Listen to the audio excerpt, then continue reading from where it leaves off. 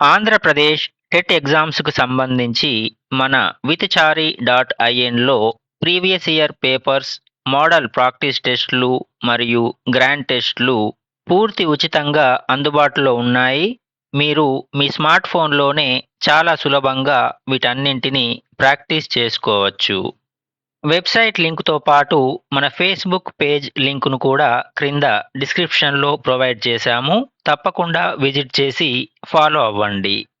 ఈ వీడియో మీకు నచ్చితే లైక్ చేయండి. అలాగే మీ స్కోర్ ఎంత వచ్చిందో మరియు మీ విలువైన సూచనలను కూడా కామెంట్ రూపంలో తెలియజేయండి. మీ ఫ్రెండ్స్‌కి కూడా షేర్ చేయండి. అలాగే మరిన్ని వీడియోస్ కోసం మన ఛానల్‌ని సబ్స్క్రైబ్ చేసుకుని పక్కనే ఉన్న బెల్ ఐకాన్‌ని క్లిక్ చేయడం మాత్రం మర్చిపోకండి. క్రింది వానిలో సరికానిది గుర్తించండి.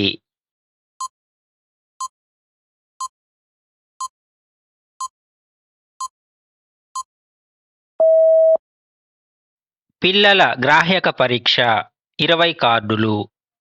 పిల్లల గ్రాహ్యక పరీక్ష అంటే చిల్డ్రన్స్ అప్రిసియేషన్ టెస్ట్ సిఏటిలో కేవలం జంతువుల చిత్రాలు కలిగిన మొత్తం 10 కార్డులు మాత్రమే ఉంటాయి.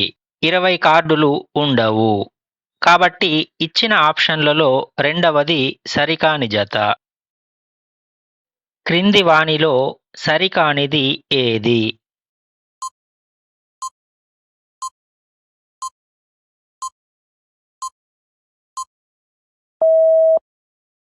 చిత్తవృత్తులను బట్టి మూర్తిమత్వ వర్గీకరణ. షెల్డన్. చిత్తవృత్తులను బట్టి మూర్తిమత్వాన్ని వర్గీకరించినది హిప్పోక్రటిస్. షెల్డన్ కూడా క్రెష్మర్ లాగే శరీర ఆకృతి లేదా శరీర నిర్మాణం ఆధారంగా మూర్తిమత్వాన్ని వర్గీకరించారు. కాబట్టి 4వ ఆప్షన్ సరికాని జత. మంచి సర్దుబాటు లక్షణానికి వ్యతిరేకమైనది.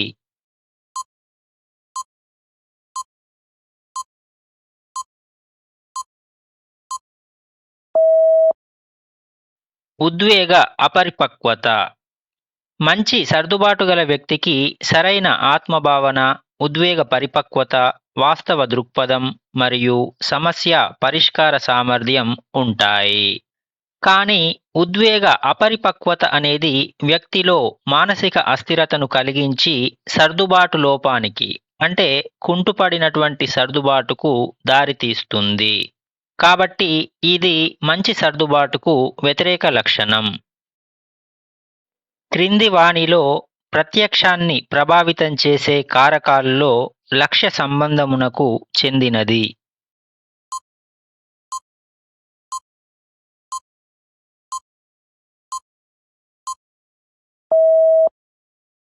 సామీప్యత.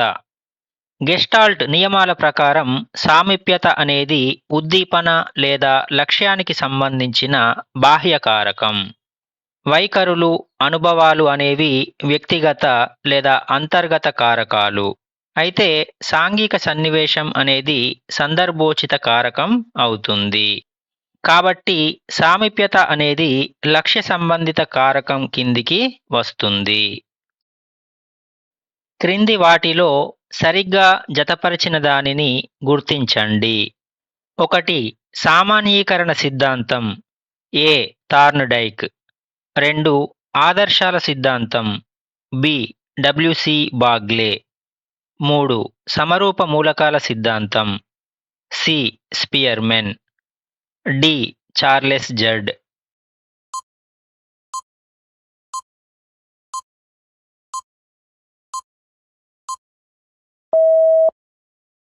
ఒకటి డి, 2 బి, 3 ఏ. అభ్యసన బదలాయింపు సిద్ధాంతాల ప్రకారం సామాన్యీకరణ సిద్ధాంతాన్ని చార్లెస్ జెడ్, ఆదర్శాల సిద్ధాంతాన్ని డబ్ల్యూసి బాగ్లే మరియు సమరూప మూలకాల సిద్ధాంతాన్ని థార్న్డైక్ ప్రతిపాదించారు. కాబట్టి 3వ ఆప్షన్ సరైనది. గెస్టాల్ట్ వాదుల ప్రకారం ప్రత్యక్ష నిర్వహణ ఈ నియమంపై ఆధారపడి ఉంటుంది. ఏ. సారూప్యం. బి. సామీప్యం. సి. సంవృతం. డి. మంచి రూపం.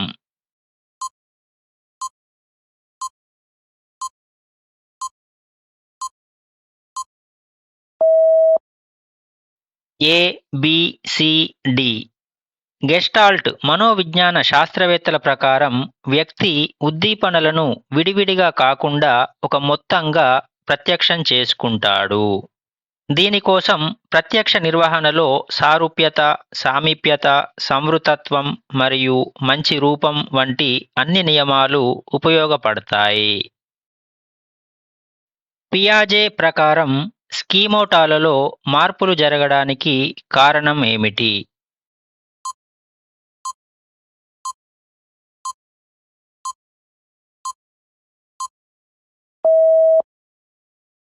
వ్యవస్థీకరణ, అనుకూలనీయత. పియాజే సంజ్ఞానాత్మక వికాస సిద్ధాంతం ప్రకారం శిశువు తన పాత జ్ఞానాన్ని కొత్త సమాచారంతో సరిచేసుకుంటూ స్కీమాటాలలో మార్పులు చేసుకోవడానికి వ్యవస్థీకరణ మరియు అనుకూలనీయత అనే రెండు ప్రధాన ప్రక్రియలు తోడ్పడతాయి. అనుకూలనీయతలోనే మళ్ళీ సాంశీకరణం, అనుగుణ్యత అనే విభాగాలుంటాయి.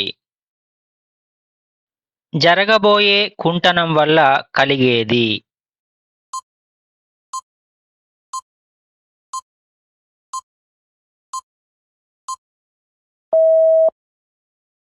వ్యాకులత. భవిష్యత్తులో ఏదైనా అడ్డంకి లేదా కుంటనం ఎదురవుతుందేమో అనే అభద్రతాభావం లేదా అస్పష్టమైన భయం వల్ల వ్యక్తిలో వ్యాకులత కలుగుతుంది. ప్రస్తుత పరిస్థితుల వల్ల ఒత్తిడి, లక్ష్యాల మధ్య పోరాటం వల్ల సంఘర్షణ ఏర్పడితే జరగబోయే నష్టం లేదా కుంటనం గురించి ఆలోచించినప్పుడు వ్యాకులత పుడుతుంది. భాషను వ్యక్తపరచడం ద్వారా శిశువు తన కోరికలను, అవసరాలను తీర్చుకుంటాడు అని చెప్పిన శాస్త్రవేత్త.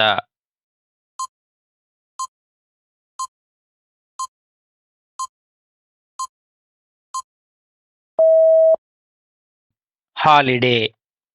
మైకేల్ హాలిడే భాషా వికాసంలో శిశువు వ్యక్తపరిచే 7 రకాల భాషా ప్రయోజనాలను అంటే లాంగ్వేజ్ ఫంక్షన్స్ వివరించారు. అందులో మొదటిదైనటువంటి ఇన్స్ట్రుమెంటల్ ఫంక్షన్ ప్రకారం శిశువు తన ప్రాథమిక అవసరాలను, కోరికలను తీర్చుకోవడానికి భాషను ఒక సాధనంగా ఉపయోగిస్తాడని ఆయన పేర్కొన్నారు. డన్ అనే శాస్త్రవేత్త ప్రకారం ప్రత్యేక అవసరాలు గల పిల్లలలోని రకాల సంఖ్య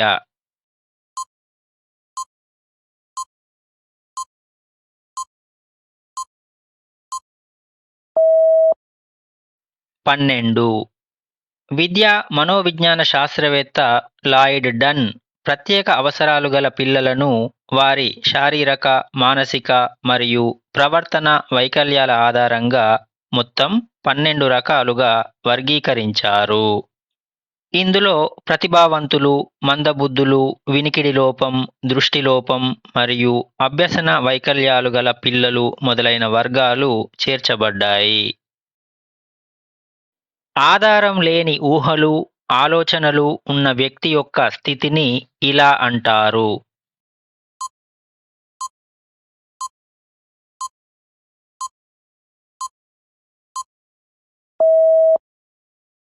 స్కీజోఫ్రీనియా.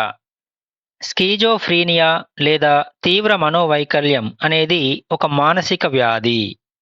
దీనితో బాధపడే వ్యక్తి వాస్తవ ప్రపంచంతో సంబంధం కోల్పోయి ఎటువంటి ఆధారం లేని భ్రమలు, శబ్ద విభ్రాంతులు మరియు అస్తవ్యస్తమైన ఆలోచనలను కలిగి ఉంటాడు. సామీప్యత నియమంలో వస్తువులు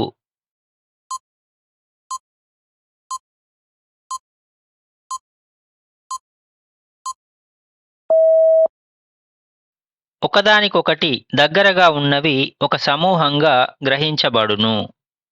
గెస్టాల్ట్ ప్రత్యక్ష నిర్వహణ నియమాల ప్రకారం సామీప్యత నియమం అనేది కాలం లేదా స్థలం పరంగా ఒకదానికొకటి దగ్గరగా ఉండే ఉద్దీపనలను మన మెదడు విడివిడిగా కాకుండా ఒక సమూహంగా లేదా మొత్తంగా ఒకే యూనిట్గా గ్రహిస్తుందని తెలుపుతుంది. ఎర్క్స్ ప్రకారం ఇవి అంతరదృష్టి అభ్యసన యొక్క ప్రత్యేక లక్షణాలు కావు.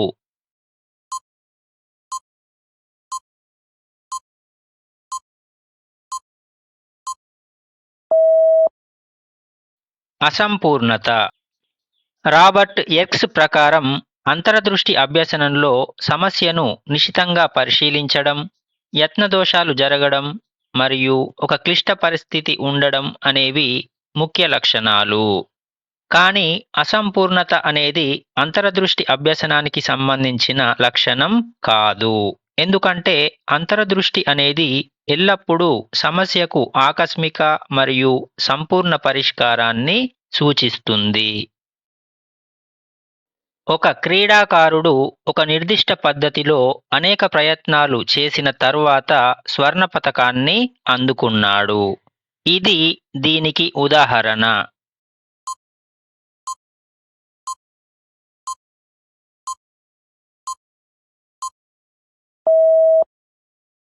స్థిర నిష్పత్తి పునర్బలనం. బిఎఫ్ స్కిన్నర్ కార్యసాధక నిబంధనం ప్రకారం ఒక నిర్దిష్ట సంఖ్యలో ప్రయత్నాలు లేదా ప్రవర్తనలు పూర్తి చేసిన తర్వాతే లభించే పునర్బలనాన్ని స్థిర నిష్పత్తి పునర్బలనం అంటారు. ఇక్కడ క్రీడాకారుడు ముందుగానే నిర్ణయించుకున్న కొన్ని స్థిరమైన ప్రయత్నాల తర్వాత పతకం సాధించాడు కాబట్టి ఇది స్థిర నిష్పత్తి పునర్బలనం. అభ్యసన బదలాయింపుకు దీనిలోని నాడీ తంతువులు దోహదం చేస్తాయి.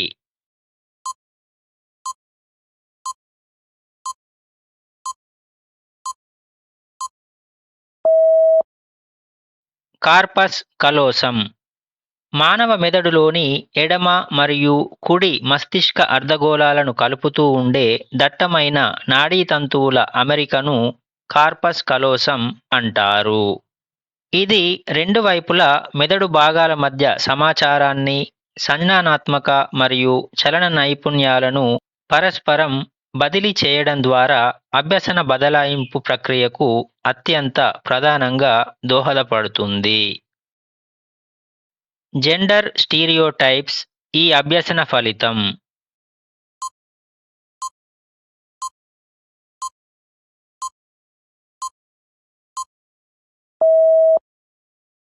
పరిశీలనాభ్యసనం.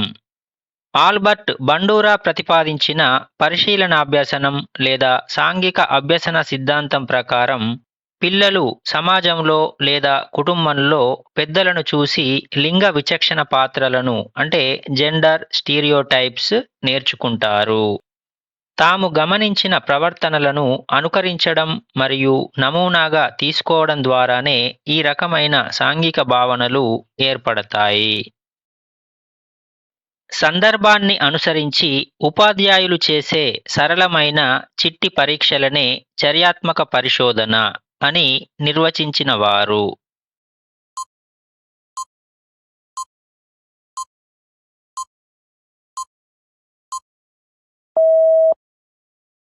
హమ్మర్లీ.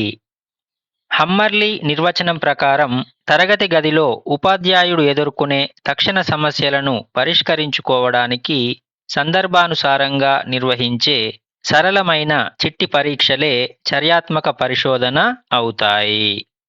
ఇది ఉపాధ్యాయుని బోధనా పద్ధతులను మరియు విద్యార్థుల అభ్యసనాన్ని మెరుగుపరచడానికి ఉద్దేశించింది.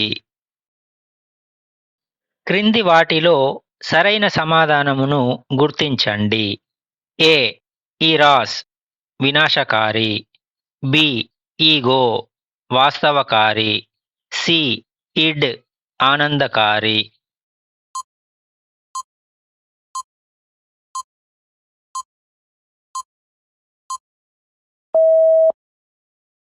బి. సి. సిగ్మండ్ ఫ్రాయిడ్ మనోవిశ్లేషణ సిద్ధాంతం ప్రకారం ఇడ్ ఆనంద సూత్రంపై అలాగే ఈగో వాస్తవిక సూత్రంపై ఆధారపడి పనిచేస్తాయి. కాబట్టి బీసీ సరైనవి. ఈరాస్ అనేది జీవిత ప్రేరణ లేదా జీవించే ఇచ్ఛ, కానీ వినాశకారి అనేది థానటోస్ అంటే మరణ ప్రేరణ అవుతుంది. క్రింది వాటిలో మూర్తిమత్వ లక్షణం కానివి. ఏ. ఇది స్తబ్దంగా ఉంటుంది. బి. ఇది స్థిరంగా ఉంటుంది. సి. దీన్ని వివరించలేము.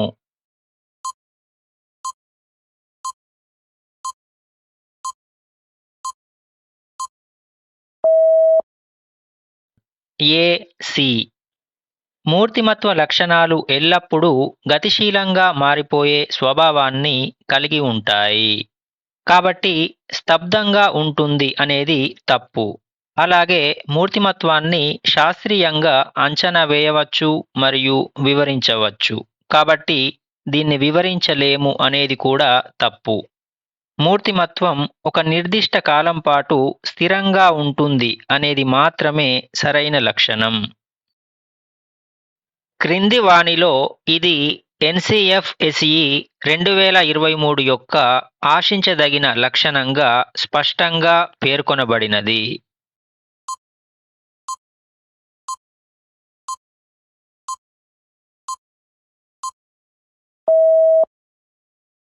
వైవిధ్యాన్ని కలిగి ఉండడం. జాతీయ పాఠ్య ప్రణాళికా చట్రం పాఠశాల విద్య ఎన్సిఎఫ్ఎస్ఈ 2023 ప్రకారం భారతదేశంలోని సాంస్కృతిక, సామాజిక మరియు భౌగోళిక వైవిధ్యాన్ని గౌరవిస్తూ అందరికీ సమగ్ర విద్యను అందించడం ఒక ముఖ్య లక్షణం. విద్యార్థుల అభ్యసనాన్ని లేదా లక్ష్యాలను పరిమితం చేయకుండా బహుముఖ ప్రజ్ఞను ప్రోత్సహించేలా విద్యా విధానం ఉండాలని ఇది స్పష్టంగా పేర్కొంటుంది. ఈ వీడియోలో 20 క్వశ్చన్స్ మాత్రమే ఇవ్వడం జరిగింది. దానికి సంబంధించిన రిమైనింగ్ క్వశ్చన్స్తో సహా ఓవరాల్ టెస్టును మన వెబ్సైట్ విత్చారి.in లో అప్లోడ్ చేశాము. అక్కడ చూడండి. వెబ్సైట్ లింకును క్రింద డిస్క్రిప్షన్లో ప్రొవైడ్ చేసినాము. ఆ లింక్పై క్లిక్ చేసి మన వెబ్సైట్లో పూర్తి ఉచితంగా మీరు ఈ టెస్టును ప్రాక్టీస్ చేసుకోవచ్చు.